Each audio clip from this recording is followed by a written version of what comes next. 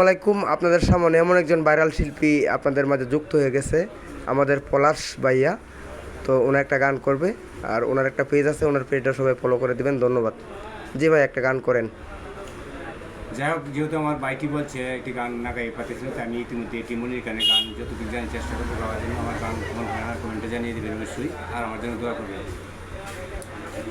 তুমি ফিরে এসে দেখো কত বদলে গেছি আমি, তুমি ফিরে এসে দেখো কত বদলে গেছি আমি, আগের মতো করি না পাগলামি, আগের মতো করি না পাগলামি।